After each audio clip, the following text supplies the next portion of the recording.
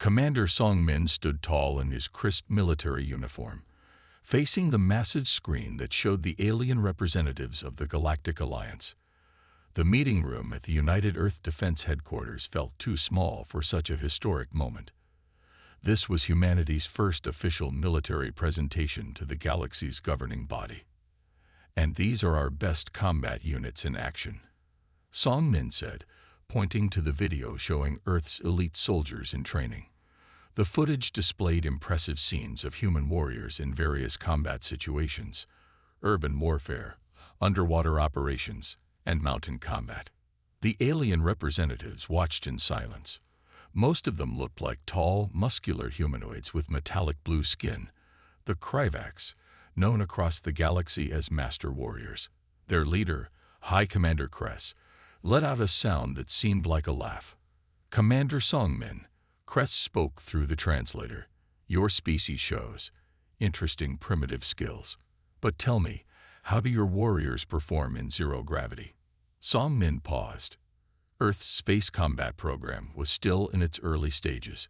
"We are developing our space combat capabilities," he answered honestly. The room filled with alien laughter. Kress stood up, his massive frame towering over the other representatives. "As we thought. You humans are nothing but gravity-bound primitives. Real warfare happens in space now. Without mastery of zero-gravity combat, you are useless in modern conflicts."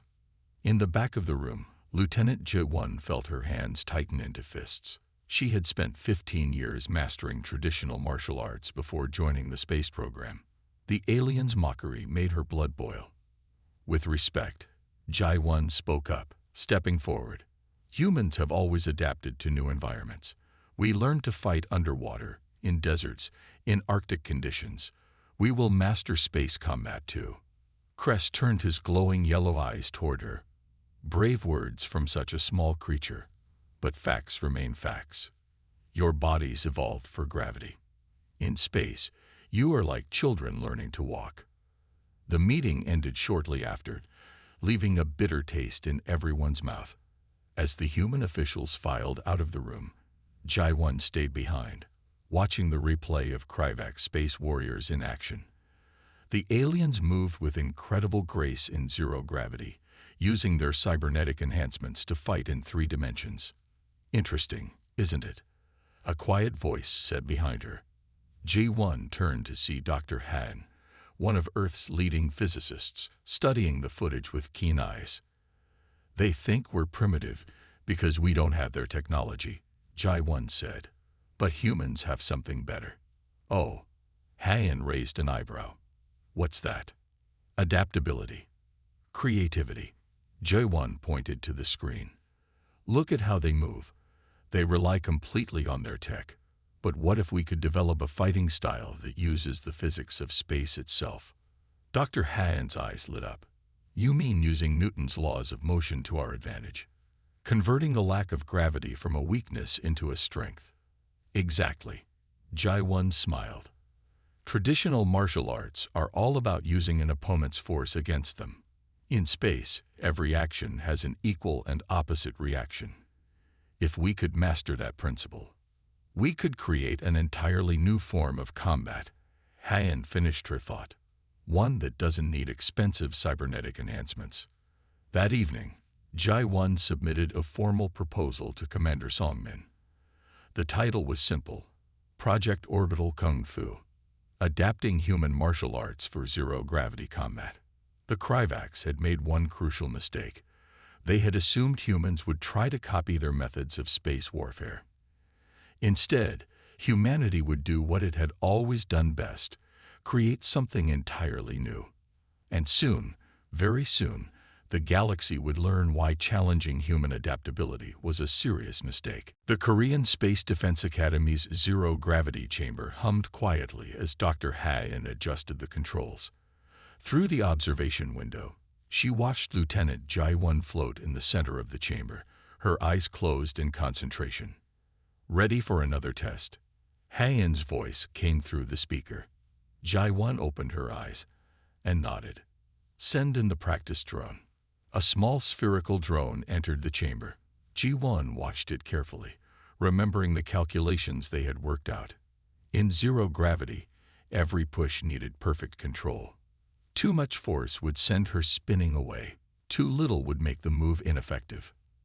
The drone charged at her. Instead of dodging, Jai-1 grabbed it, used its momentum, and performed a circular motion. The physics worked exactly as planned. The drone's force transferred through her body and sent it flying in the opposite direction, while Jai-1 remained almost stationary. Perfect. Haiyan clapped. You've mastered the redirect principle. The force calculations matched our predictions exactly. Over the next 3 months, Jai-1 and Haiyan worked tirelessly to develop their new combat system. They combined principles from various martial arts with physics equations. Every movement was carefully designed to work in zero gravity. The key is to think in 3 dimensions, Jai-1 explained during a presentation to military leaders. Traditional fighting happens on a flat surface, but in space, your opponent can attack from any direction. She demonstrated by pushing off one wall of the chamber, then using subtle movements of her arms and legs to change direction mid-flight. The watching officers murmured in approval. Most importantly, Haiyan added, this system requires no expensive technology, just training and understanding of physics. Commander Songmin, who had supported their project from the start, smiled proudly.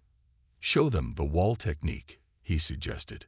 Jai-1 demonstrated how a simple push against a wall could generate spinning momentum, which could then be converted into a powerful striking force.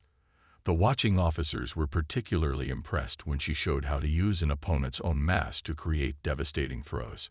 In space, mass and momentum are your weapons, Jai-1 explained. An opponent's strength can become their weakness. The stronger they come at you, the more force you have to work with. Young-ho, one of the test pilots who had been helping with the project, raised his hand. But what about the Krivak's cybernetic advantages, their enhanced strength? Haiyan smiled. That's actually their biggest weakness. Their enhancements are programmed for straight-line movements. They don't understand subtle changes in direction. Show them, Jai-1. Jai-1 faced off against a drone programmed to move like a Krivak's warrior. When it charged with enhanced speed, she made a tiny adjustment to her position. The drone shot past her, unable to correct its course quickly enough. With one gentle touch, she sent it spinning helplessly away. The bigger they are, the harder they fall, she said. In space, that's literally true. By the end of the demonstration, even the most skeptical officers were convinced. They approved full funding for what they now called the Orbital Kung Fu program. We'll need a training facility, Songmin said, and more instructors. I know just the person, Jai-1 replied. My old martial arts teacher, Master Taiyang. He's been helping us develop the ground training program. As they left the chamber that day, Haiyan turned to Jai-1. You know what the best part is?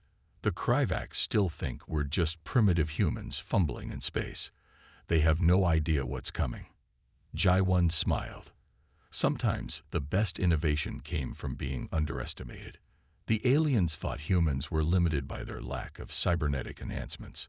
They would soon learn that humanity's greatest strength was not in technology, but in their ability to turn nature's own laws into weapons. The first chapter of Earth's space combat revolution was about to begin. Colonel Taiyang walked through the rows of floating trainees in the massive orbital training facility. 20 of Earth's finest warriors hung suspended in zero gravity, each trying to maintain a stable position without touching any surfaces. Balance exists even where gravity does not, Taiyang said, his voice firm but calm. Your center is wherever you decide it is. Space is not empty. It is full of possibilities. At the far end of the chamber, Cadet Yujin struggled to control her spinning motion.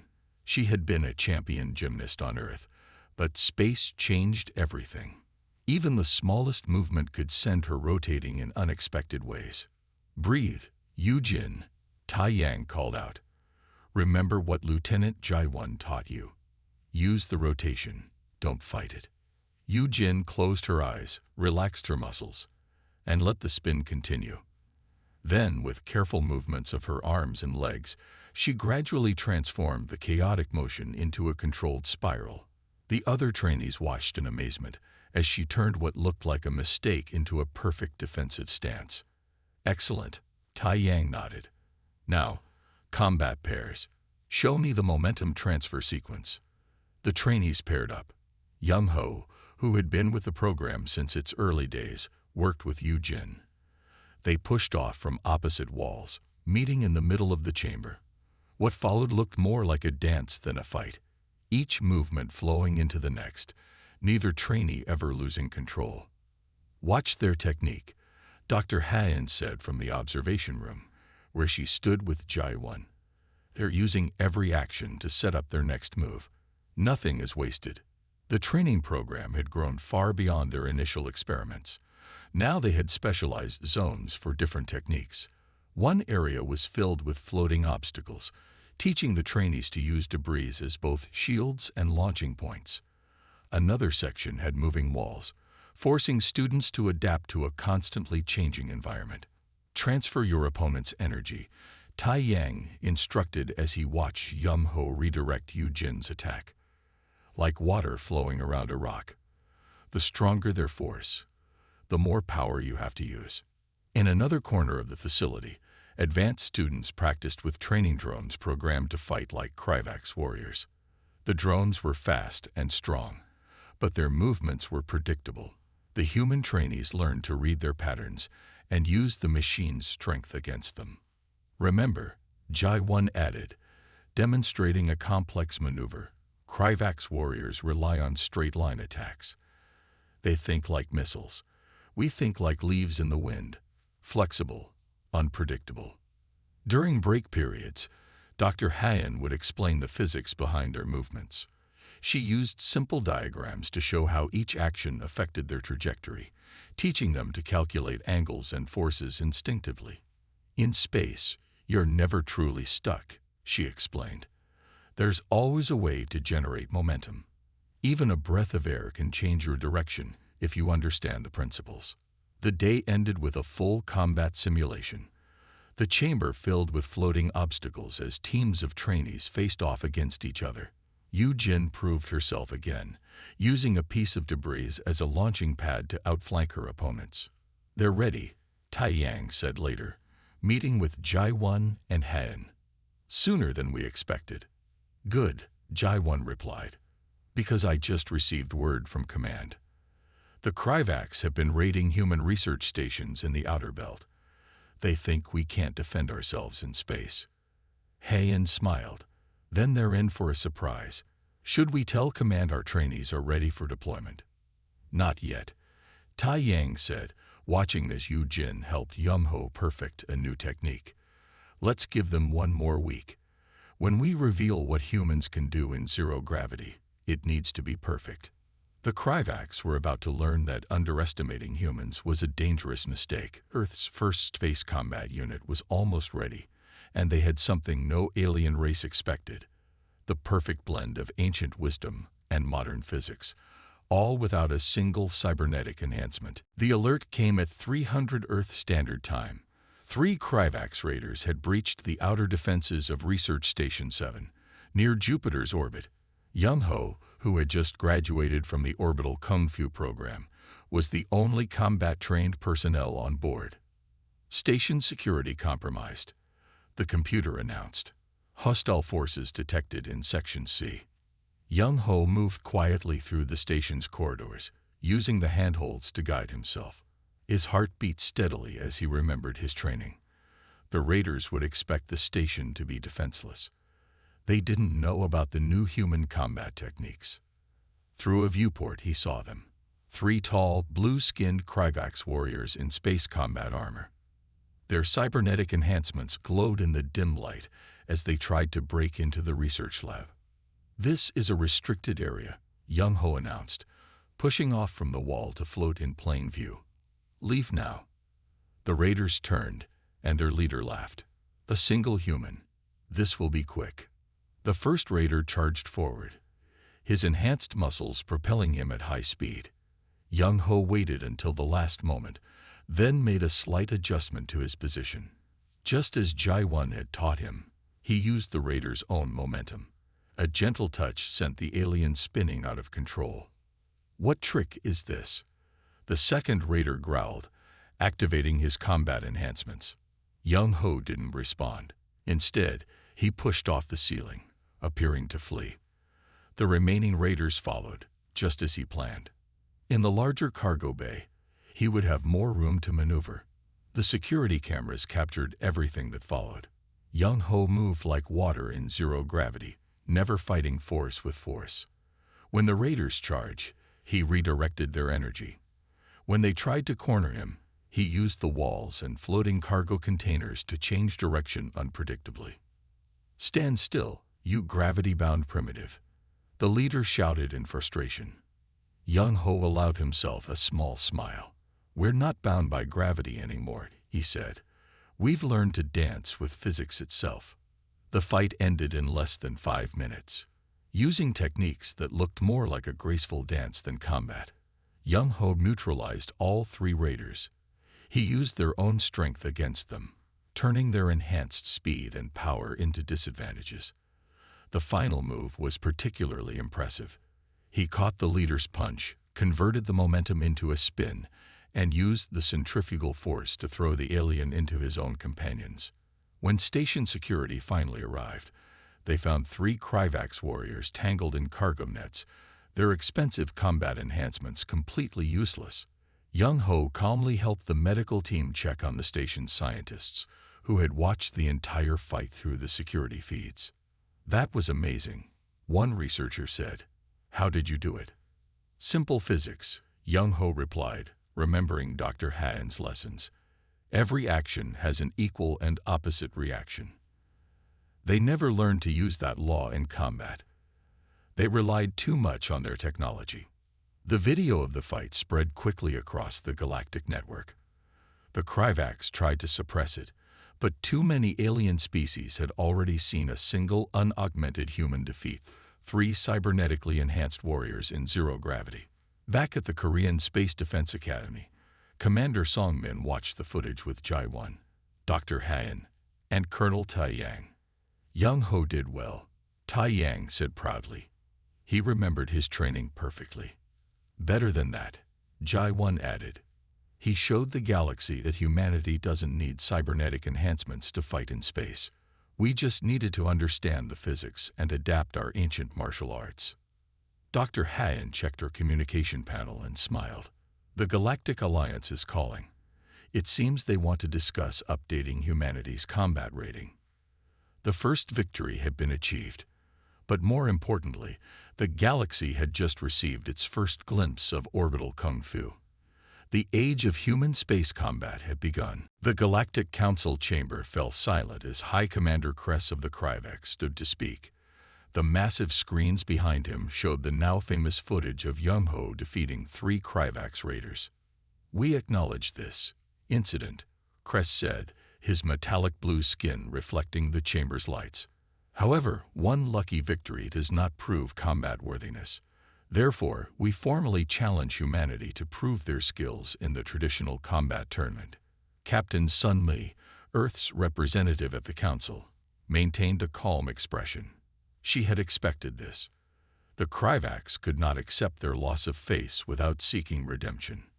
"We accept your challenge," she replied, standing to face Kress. "Name the terms." The terms were simple but daunting. The tournament would take place in the Kryvax Orbital Arena, a massive space station designed specifically for combat demonstrations. Each species would send their best warriors. The matches would be conducted in zero gravity, with minimal safety restrictions. After the announcement, Sun Mi met with Earth's military command via secure transmission. Commander Song-min looked concerned as they discussed the challenge. "The Kryvax aren't playing fair," Dr. Hayen pointed out, studying the tournament rules. "They've added a new provision. All participants may use their natural biological advantages. For the Kryvax, that includes their military-grade cybernetic enhancements. They're trying to trap us with legal language," Lieutenant Jai-1 added. "They know we developed our techniques for unaugmented combat." Sun Mai watched the latest training sessions from the Orbital Kung Fu program. Yu Jin and other advanced students were performing moves that would have seemed impossible months ago. Their grace in zero gravity was beautiful to watch. Maybe we can turn this to our advantage, Sun Mai suggested. They expect us to try matching their enhancements. Instead, we'll show the galaxy that pure human skill can overcome artificial advantages. The preparation period was intense. Colonel Tai Yang worked with the selected team members day and night, refining their techniques. Dr. Han developed new training programs specifically designed to counter enhanced opponents. Remember, Tai Yang told his students, their enhancements are predictable. They follow programmed patterns. Your human instincts and adaptability are your greatest weapons. 1 week before the tournament, the Kryvax revealed their team. Each warrior was equipped with the latest combat enhancements.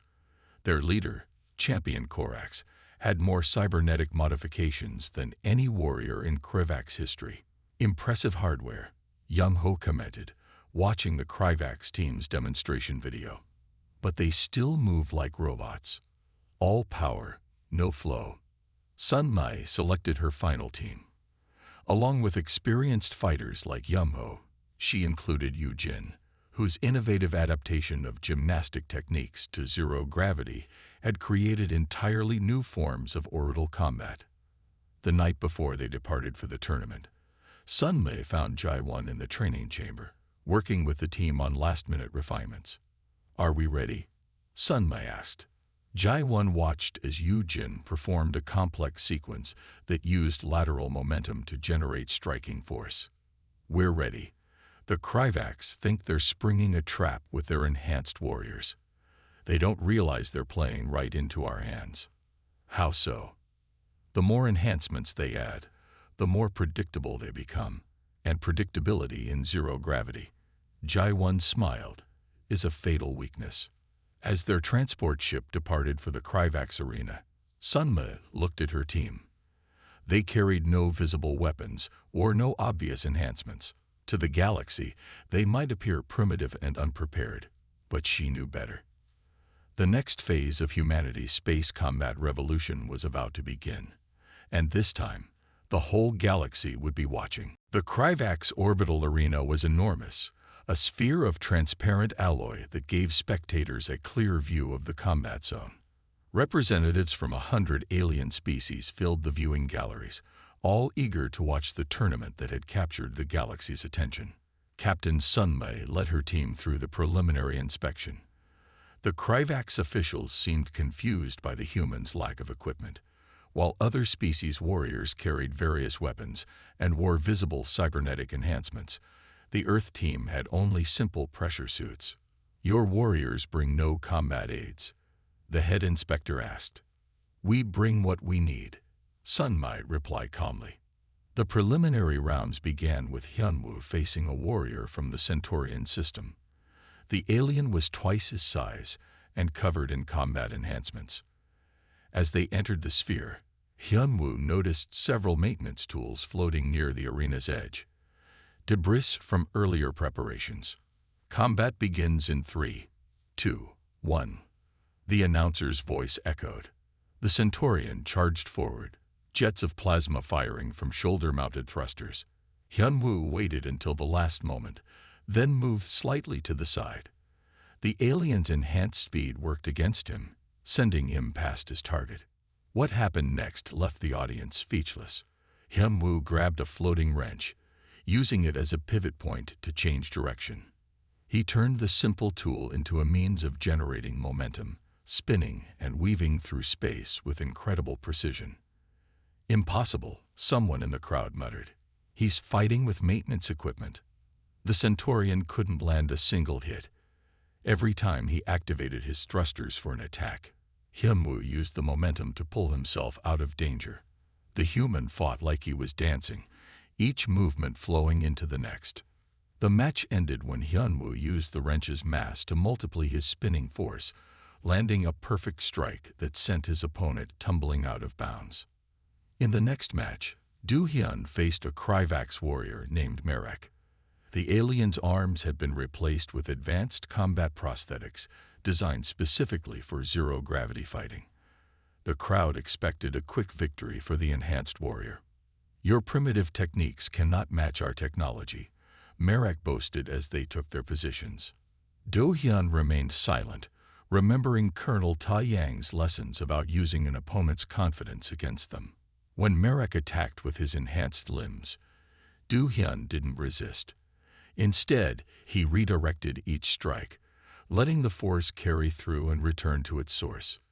"This is unprecedented," the tournament commentator announced. "The human fighter is somehow using the Kryvax warrior's own enhanced strength against him." The galleries erupted in excited chatter as Do-hyun demonstrated technique after technique. He turned Merrick's powerful strikes into spinning movements, used the alien's mass to change his own trajectory, and proved that natural human balance could overcome artificial stabilizers. After Do-hyun's victory, Young-ho and Yoo-jin won their matches with similar displays of skill. Each human fighter showed different aspects of orbital kung fu, proving it wasn't just a single technique, but a complete combat system. In the observation room, Sun Mai watched with Dr. Han as the preliminary rounds concluded. The humans had qualified for the championship bracket without a single loss. "The Kryvax leaders look worried," Han noted, watching the alien officials huddle in their private box. "They should be," Sun Mai replied. "Their warriors train by programming responses into their enhancements.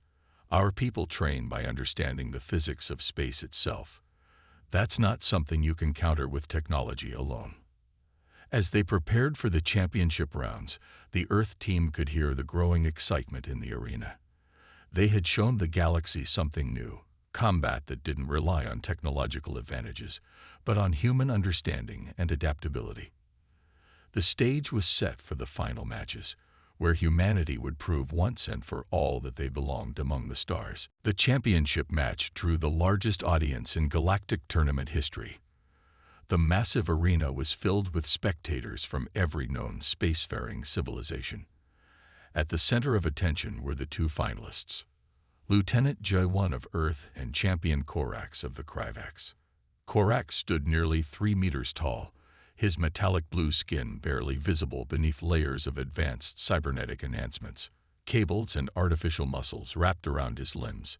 His eyes glowed with targeting systems, and thrust ports covered his armor. Jae-won looked small in comparison, wearing only the standard pressure suit. She moved through her warm-up exercises with calm precision, each motion controlled and purposeful. "This is your last chance to withdraw," Korax announced through the arena's communication system. "I would understand if you wish to avoid embarrassment." Jae-won completed her warm-up sequence before responding. "I appreciate your concern, but perhaps you should check the scores from the preliminary rounds." The match began with Korax activating his full enhancement suite. The thrust ports roared to life, propelling him forward with tremendous speed. The crowd gasped, expecting a quick victory for the Kryvax champion. Instead, they witnessed a masterclass in orbital kung fu. Ji-won moved like water in space, flowing around Korax's attacks without ever directly opposing his strength. Each time his enhanced limbs struck out, she redirected the force, turning his power against him. "Impossible," Korax growled after another failed attack sequence. "Your movements make no sense." "They make perfect sense," Jae-won replied, using his frustration to draw him into another overextended attack. "You fight against physics. We work with it." In the observation room, Dr. Han explained to the gathered officials what they were seeing. "Notice how she uses every action to set up her next move. In zero gravity, momentum is never lost. It's only redirected." The battle continued, with Korax growing increasingly frustrated.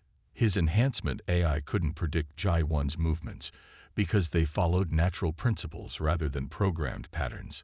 Each time he increased his power output, she turned it into an advantage. The turning point came when Korax activated his emergency thrust system, pushing his enhancements beyond their rated capacity. He charged at Jae-won with enough force to break through a ship's hull. The crowd fell silent as Jai-1 made her move. Instead of dodging, she caught Korax's arm, used his momentum to spin them both, and then released at precisely the right moment. The massive Kryvax warrior shot past her, unable to correct his course.